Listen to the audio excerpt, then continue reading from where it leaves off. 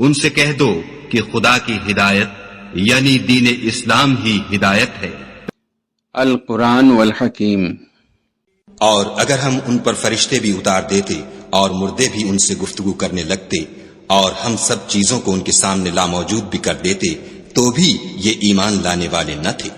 الا ماشاء اللہ۔ بات یہ ہے کہ یہ اکثر نادان ہیں۔ اور اسی طرح ہم نے شیطان سیرت انسانوں اور جنوں کو ہر پیغمبر کا دشمن بنا دیا تھا۔ وہ دھوکہ دینے کے لیے ایک دوسرے کے دل میں ملمے کی باتیں ڈالتے رہتے تھے، اور اگر تمہارا پروردگار چاہتا تو وہ ایسا نہ کرتے، تو ان کو اور جو کچھ یہ افطراح کرتے ہیں اسے چھوڑ دو۔ اور وہ ایسے کام اس لیے بھی کرتے تھے کہ جو لوگ آخرت پر ایمان نہیں رکھتے ان کے دل ان کی باتوں پر مائل ہوں اور وہ انہیں پسند کریں، اور جو کام وہ کرتے تھے وہی کرنے لگے۔ کہو کیا میں خدا کے سوا اور منصف تلاش کروں، حالانکہ اس نے تمہاری طرف واضح المطالب کتاب بھیجی ہے، اور جن لوگوں کو ہم نے کتاب تورات دی ہے وہ جانتے ہیں کہ وہ تمہارے پروردگار کی طرف سے برحق نازل ہوئی ہے، تو تم ہرگز شک کرنے والوں میں نہ ہونا۔ اور تمہارے پروردگار کی باتیں سچائی اور انصاف میں پوری ہیں، اس کی باتوں کو کوئی بدلنے والا نہیں، اور وہ سنتا جانتا ہے۔ اور اکثر لوگ جو زمین پر آباد ہیں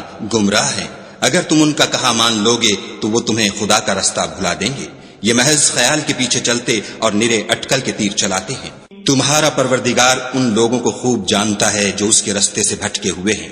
اور ان سے بھی خوب واقف ہے جو رستے پر چل رہے ہیں۔ تو جس چیز پر ذبح کے وقت خدا کا نام لیا جائے، اگر تم اس کی آیتوں پر ایمان رکھتے ہو تو اسے کھا لیا کرو۔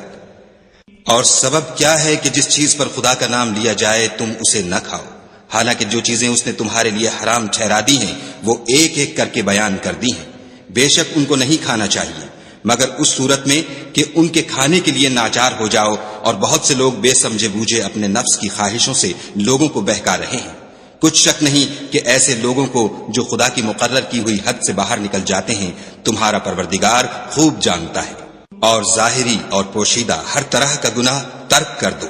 جو لوگ گناہ کرتے ہیں وہ ان قریب اپنے کیے کی سزا پائیں گے۔ اور جس چیز پر خدا کا نام نہ لیا جائے اسے مت کھاؤ کہ اس کا کھانا گناہ ہے، اور شیطان لوگ اپنے رفیقوں کے دلوں میں یہ بات ڈالتے ہیں کہ تم سے جھگڑا کریں،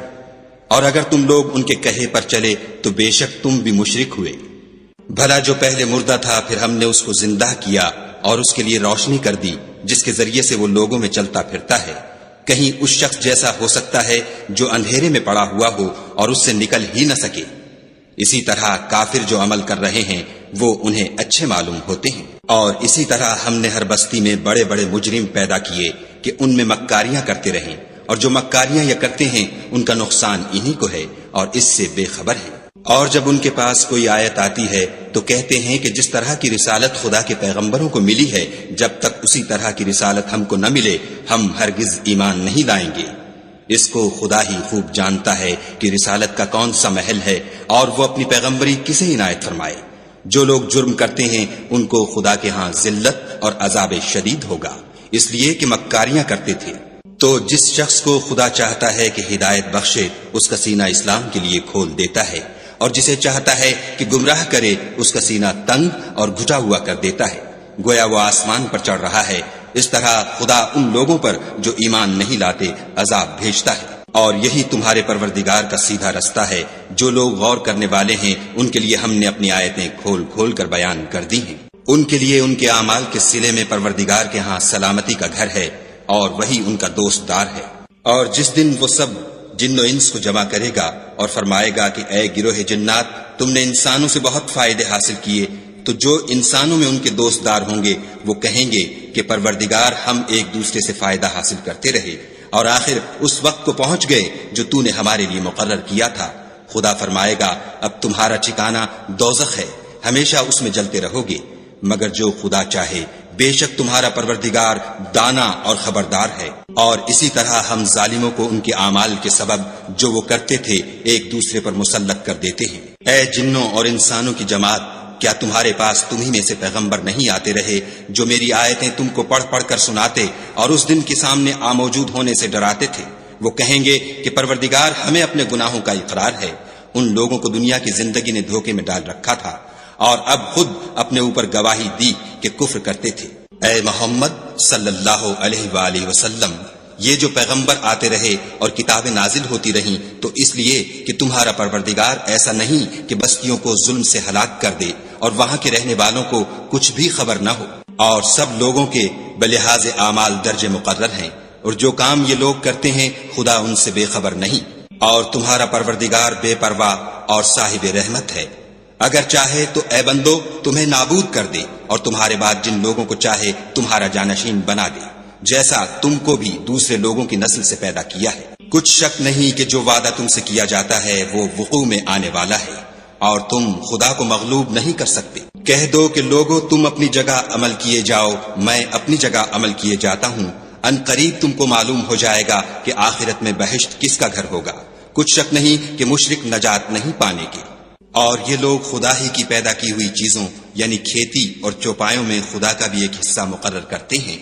اور اپنے خیال باطل سے کہتے ہیں کہ یہ حصہ تو خدا کا اور یہ ہمارے شریکوں یعنی بتوں کا، تو جو حصہ ان کے شریکوں کا ہوتا ہے وہ تو خدا کی طرف نہیں جا سکتا، اور جو حصہ خدا کا ہوتا ہے وہ ان کے شریکوں کی طرف جا سکتا ہے۔ یہ کیسا برا انصاف ہے۔ اسی طرح بہت سے مشرکوں کو ان کے شریکوں نے ان کے بچوں کو جان سے مار ڈالنا اچھا کر دکھایا ہے تاکہ انہیں ہلاکت میں ڈال دیں اور ان کے دین کو ان پر خلط ملط کر دیں، اور اگر خدا چاہتا تو وہ ایسا نہ کرتے، تو ان کو چھوڑ دو کہ وہ جانے اور ان کا جھوٹ۔ اور اپنے خیال سے یہ بھی کہتے ہیں کہ یہ چار پائے اور کھیتی منع ہے، اسے اس شخص کے سوا جسے ہم چاہیں کوئی نہ کھائے، اور بعض چار پائے ایسے ہیں کہ ان کی پیٹھ پر چڑھنا منع کر دیا گیا ہے، اور بعض مویشی ایسے ہیں جن پر ذبح کرتے وقت خدا کا نام نہیں لیتے۔ سب خدا پر جھوٹ ہے، وہ عنقریب ان کو ان کے جھوٹ کا بدلہ دے گا۔ اور یہ بھی کہتے ہیں کہ جو بچہ ان چار پایوں کے پیٹ میں ہے وہ خاص ہمارے مردوں کے لیے ہے، اور ہماری عورتوں کو اس کا کھانا حرام ہے، اور اگر وہ بچہ مرا ہوا ہو تو سب اس میں شریک ہیں، یعنی اسے مرد اور عورتیں سب کھائیں۔ عنقریب خدا ان کو ان کے ڈھکوسلوں کی سزا دے گا، بے شک وہ حکمت والا خبردار ہے۔ جن لوگوں نے اپنی اولاد کو بے وقوفی سے بے سمجھی سے قتل کیا اور خدا پر افطرا کر کے اس کی عطا فرمائی ہوئی روزی کو حرام ٹھہرایا، وہ گھاٹے میں پڑ گئے، وہ بے شبہ گمراہ ہیں اور ہدایت یافتہ نہیں۔ وَلَوْ أَنَّنَا نَزَّلْنَا إِلَيْهِمُ الْمَلَائِكَةَ وَكَلَّمَهُمُ الْمَوْتَى وَحَشَرْنَا عَلَيْهِمْ كُلَّ شَيْءٍ قُبُلًا ما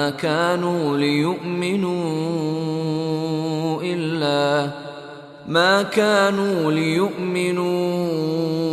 إلا أن يشاء الله ولكن أكثرهم يجهلون وكذلك جعلنا لكل نبي عدوا شياطين الإنس والجن يوحي بعضهم إلى بعض زخرف القول غرورا ولو شاء ربك ما فعلوه فذرهم وما يفترون وَلِتَصْغَىٰ إِلَيْهِ أَفْئِدَةُ الَّذِينَ لَا يُؤْمِنُونَ بِالْآخِرَةِ وَلِيَرْضَوْهُ وَلِيَقْتَرِفُوا مَا هُم مُقْتَرِفُونَ أَفَغَيْرَ اللَّهِ أَبْتَغِي حَكَمًا وَهُوَ الَّذِي أَنزَلَ إِلَيْكُمُ الْكِتَابَ مُفَصَّلًا وَالَّذِينَ آتَيْنَاهُمُ الْكِتَابَ يَعْلَمُونَ أَنَّهُ مُنَزَّلٌ مِّن رَّبِّكَ بِالْحَقِّ فلا تكونن من الممترين وتمت كلمة ربك صدقا وعدلا لا مبدل لكلماته وهو السميع العليم وَإِن تُطِعْ أَكْثَرَ مَن فِي الْأَرْضِ يُضِلُّوكَ عَن سَبِيلِ اللَّهِ إن يتبعون إلا الظن وإن هم إلا يخرصون إن ربك هو أعلم من يضل عن سبيله وهو أعلم بالمهتدين فكلوا مما ذكر اسم الله عليه إن كنتم بآياته مؤمنين وما لكم ألا تأكلوا مما ذكر اسم الله عليه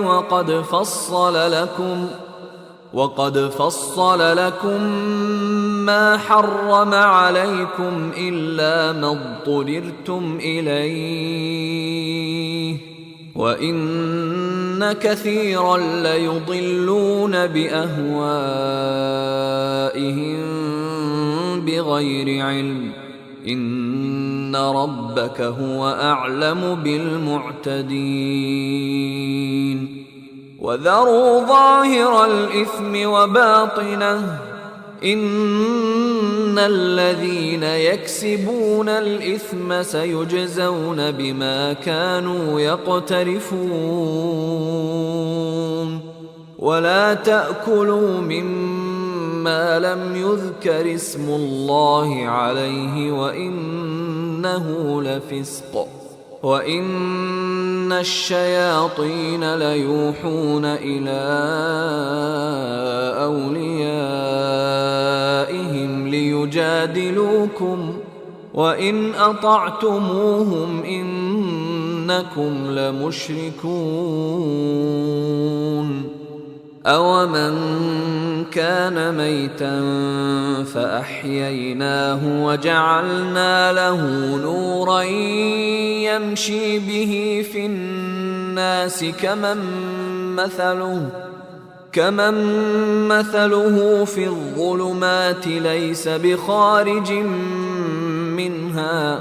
كذلك زين للكافرين ما كانوا يعملون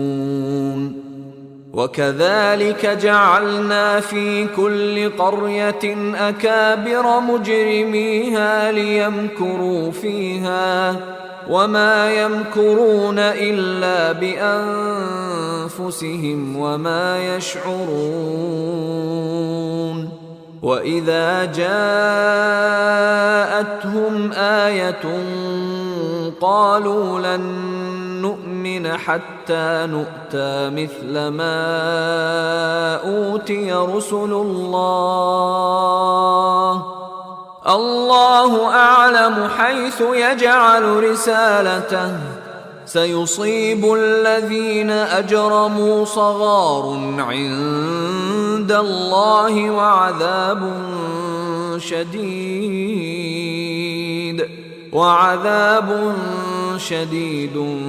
بما كانوا يمكرون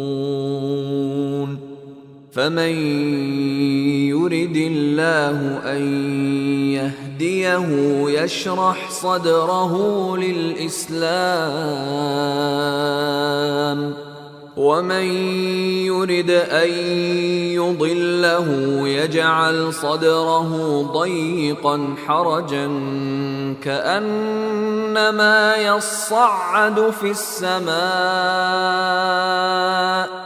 كذلك يجعل الله الرجس على الذين لا يؤمنون وهذا صراط ربك مستقيما قد فصلنا الآيات لقوم يذكرون لهم دار السلام عند ربهم وهو وليهم بما كانوا يعملون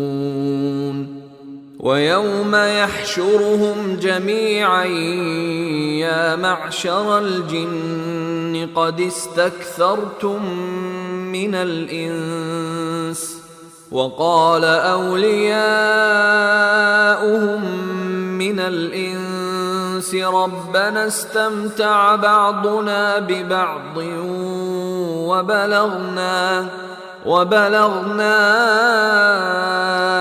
أجلنا الذي أجلت لنا قال النار مثواكم خالدين فيها إلا ما شاء الله إن ربك حكيم عليم. وكذلك نولي بعض الظالمين بعضا بما كانوا يكسبون. يا معشر الجن والإنس ألم يأتكم رسل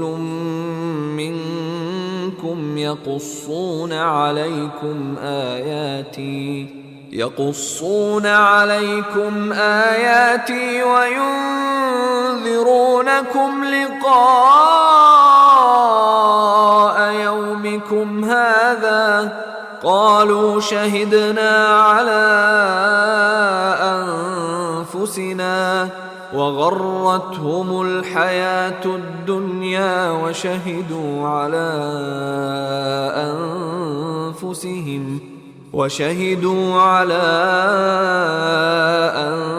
أنفسهم أنهم كانوا كافرين. ذلك أن لم يكن ربك مهلك القرى بظلم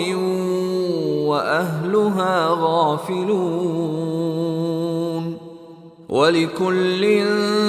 درجات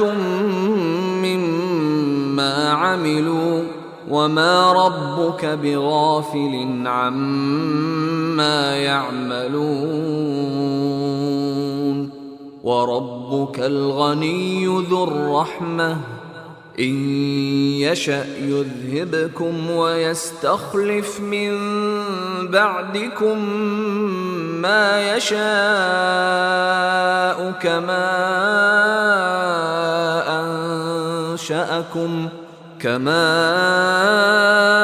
أنشأكم من ذرية قوم آخرين. إنما توعدون لآت وما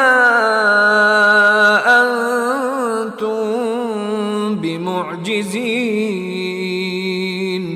قل يا قوم اعملوا على مكانتكم إني عامل فسوف تعلمون من تكون له عاقبة الدار إنه لا يفلح الظالمون. وجعلوا لله مما ذرأ من الحرث والأنعام نصيبا فقالوا هذا لله بزعمهم وهذا لشركائنا فما كان لشركائهم فلا يصل إلى الله وما كان لله فهو يصل إلى شركائهم ساء ما يحكمون. وكذلك زين لكثير